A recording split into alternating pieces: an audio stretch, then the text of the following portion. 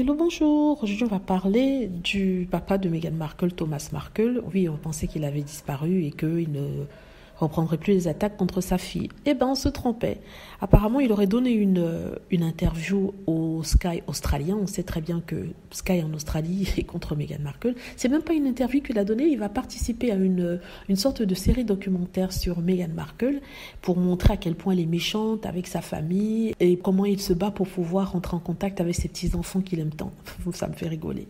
Dedans, on le voit en train de parler avec un petit problème au niveau de la parole parce que, comme vous le savez, il a eu cette petite attaque qui apparemment lui a valu des séances de thérapie, vous voyez.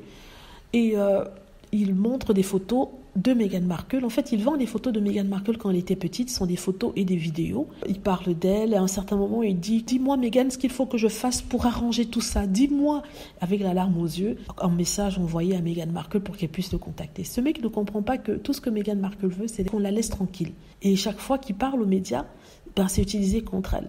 C'est quelque chose qui n'est pas si difficile à comprendre, n'est-ce pas? Mais lui, il remet une couche à chaque fois. C'est pas comme si, chaque fois qu'il allait sur les plateaux télé, il disait « Oui, Meghan, rappelle-moi, je t'aime ». Non, il insulte. Oui, Harry est ceci, Meghan est cela, elle est méchante, elle est ceci. Il s'attend à ce qu'elle lui pardonne.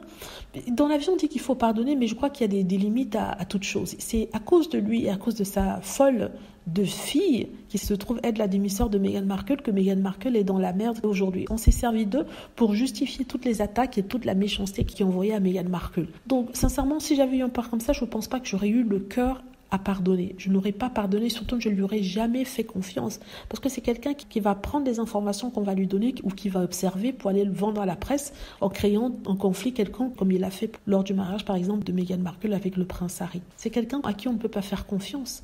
Je rappelle que quand le prince Harry et Meghan Markle avaient essayé de le joindre, aussi avaient essayé d'arranger un rendez-vous, une rencontre, tout ce qu'il voulait, c'est prendre une photo, notamment avec ses petits-enfants, et la mettre dans la presse. Sans une photo dans la presse, il a dit qu'il ne souhaitait pas rencontrer Harry et Meghan. Mais c'est tellement ridicule.